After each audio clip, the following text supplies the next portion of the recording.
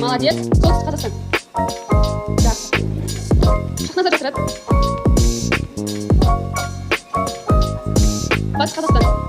Тез аяла, Шахназарға. Шымкент. Жоға жақ қарамаймыз.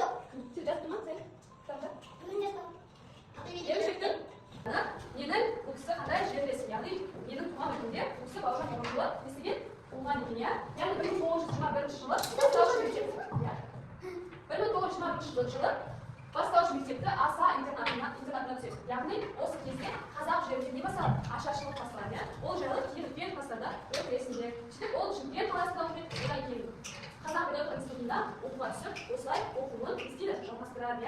Одан кейін Бауыржан мектепті бітіргеннен